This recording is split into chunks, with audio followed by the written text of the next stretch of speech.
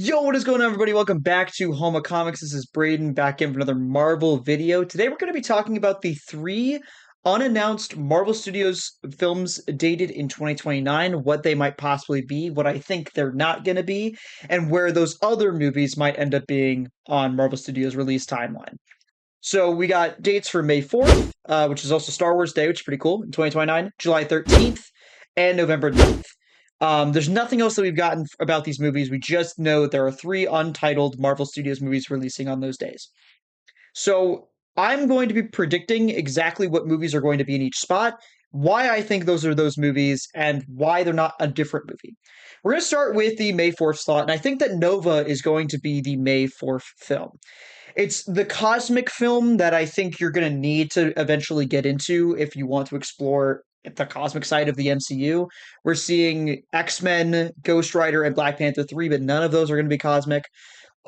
Putting Nova down, we know that Michael Waldron is attached to write this movie. He might even be directing it.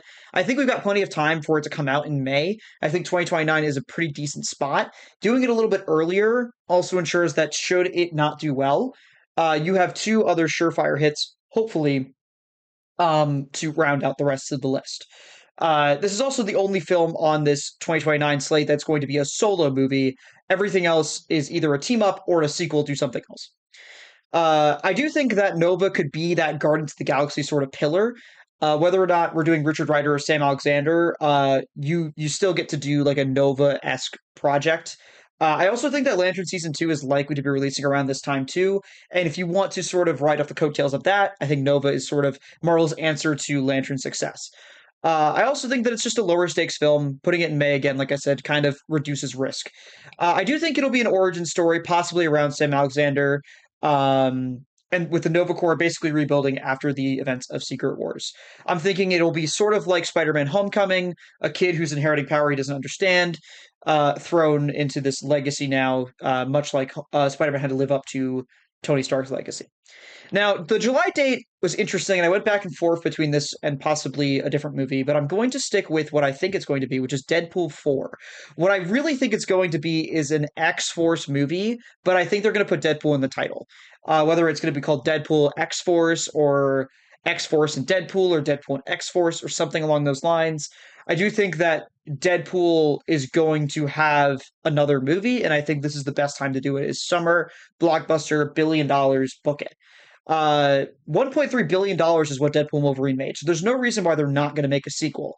I also think that Ryan Reynolds has been sort of cagey about Deadpool 4, but I definitely think it's something that's in development. And every single Deadpool movie has opened in that summer window. So July 2029 fits that pattern perfectly.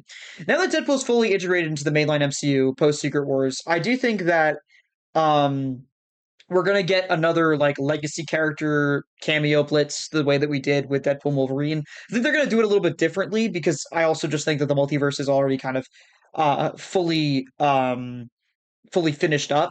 I do think we're gonna get Hugh Jackman in this. I also think that again X Force is gonna kind of come in maybe with Hugh and Deadpool sort of leading that team.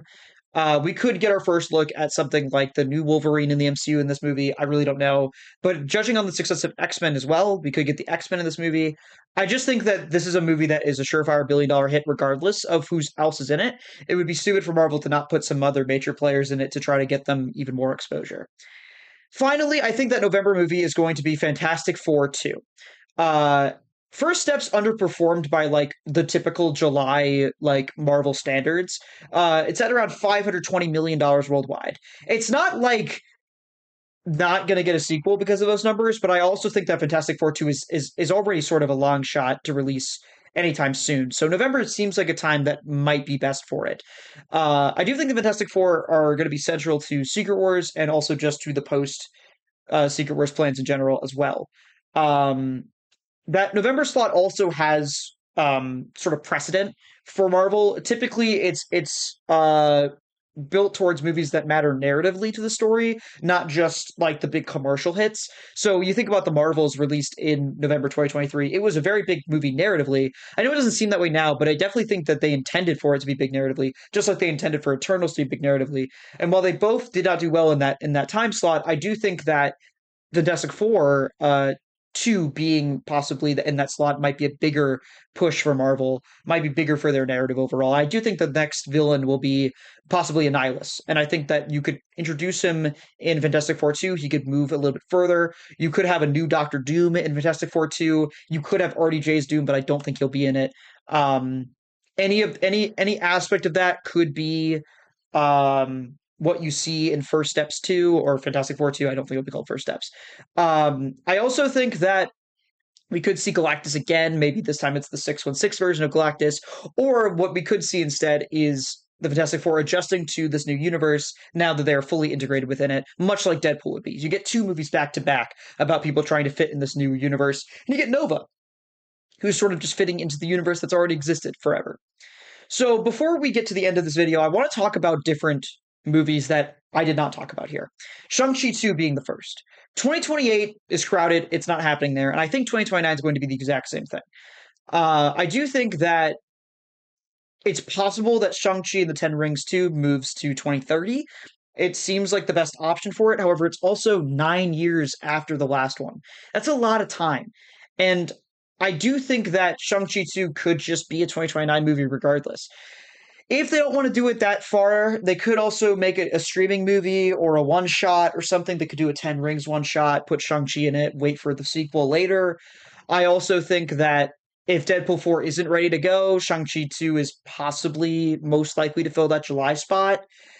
I just personally believe that we haven't seen the end of Shang-Chi in the MCU post Doomsday, post Secret Wars. I think they're going to want to keep him around. I think people really like him.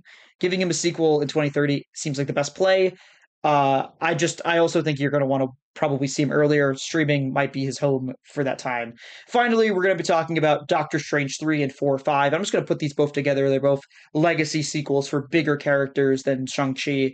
Doctor Strange 3 has been floated as a potential candidate for one of the 2029 dates, but there's nothing really there to suppose it will be there. Everyone just is like, Doctor Strange 3 is going to happen because Doctor Strange 2 made a ton of money and Doctor Strange 1 made a ton of money. I just think we're going to see what Doctor Strange does in these next 2 movies, and that'll kind of tell us where a sequel could go. I also just think that 2030 or later seems like a pretty decent play for it. Thor 5 is a little bit more interesting. I do think that there's a chance that it gets renamed to a Hercules project with that Thor's just in. While I do think that won't make as much money, I do think that Marvel also, again, maybe isn't caring so much about money and more caring about narrative. In that case, Thor 5 could be a 2020 or 2029, or sorry, 2029 movie. We've already gotten 2028 fully accounted for. Thor 5 could potentially be in that 2029 conversation. I do think that Chris Hemsworth's only getting older, but I also don't think there's a lot of urgency for Thor 5. I have a feeling he'll die in Doomsday or Secret Wars, and Thor 5 is sort of going to be like hell. He's going to be him in hell, fighting through hell, possibly to redeem, Jane Foster or something. Truthfully, I don't really know what that story could be. Maybe love died, and so he's trying to redeem her. There's not really a big reason why he would be in hell, fighting against hell, but I think it could tie into like Ghost Rider if he's going up against someone like Mephisto.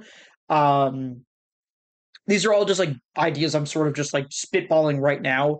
Thor 5 truly just feels like such a wild card because he also just might not die. And then in which case he has no reason to be in hell. There's no reason for him to do much of anything, right? I mean, like he could just kind of sit back and relax.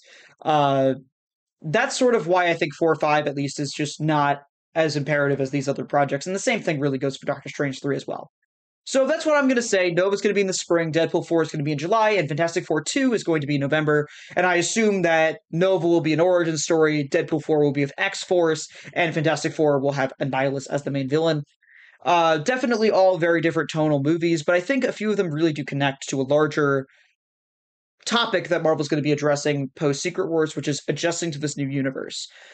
And variety is also a good thing.